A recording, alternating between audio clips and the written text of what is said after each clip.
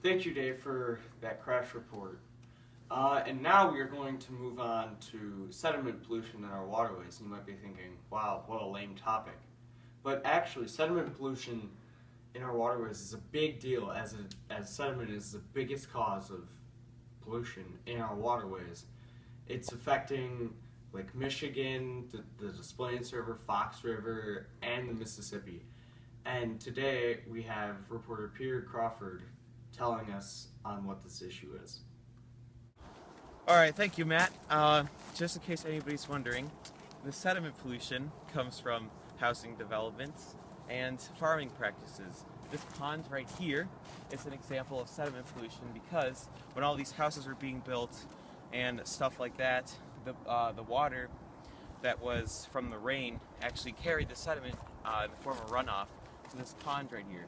And it's a problem because these houses are still causing a lot of sediment pollution, as they might do like gardening or just even sediment pollution from their lawns and stuff like that. So it's a problem because these people are going to have to pay a lot of money to actually get a dredge and dredge this pond because there's so much sediment in it.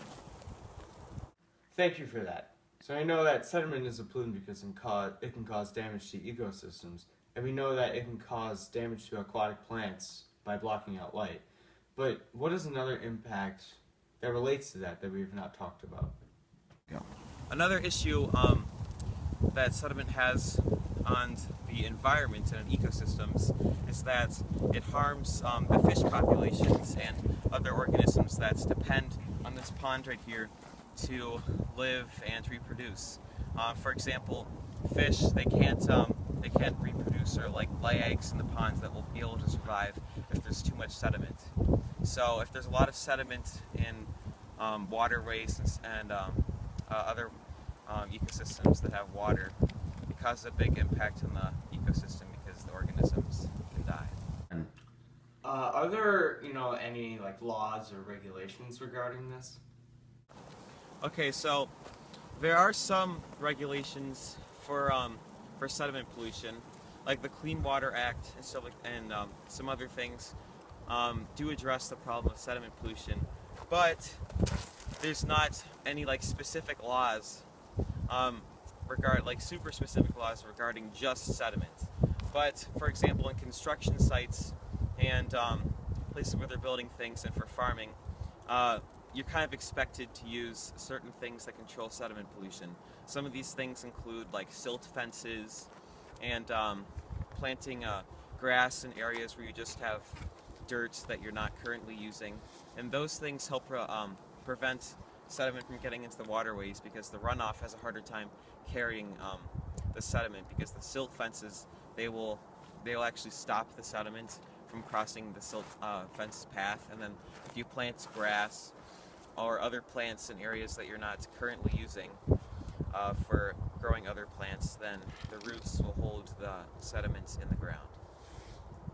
What can someone like myself do to prevent from getting sediment into my water? Okay, so some things you can do to prevent sediment pollution if you're a farmer are to use no-till farming, because that it leaves some plant debris in the fields and stuff like that helps keep the soil in your fields so it doesn't get carried away. And then another thing you can do is you can plant cover crops in your fields. So what that basically is that you don't have just your fields where it's just dirt on the ground, and it's when you always want to have crops in your fields to prevent the sediment from being carried away. And if you're living in a house or something like that, if you ever have to do construction in your lawn and stuff like that, to make sure that you have construction people that are aware of these sediment control practices. So just to make sure that they're using silt fences or silt barriers, or just planting grass in places where there's no plants on the soil, just to make sure the sediment doesn't get carried away. Thank you, Peter, for that report on sediment pollution.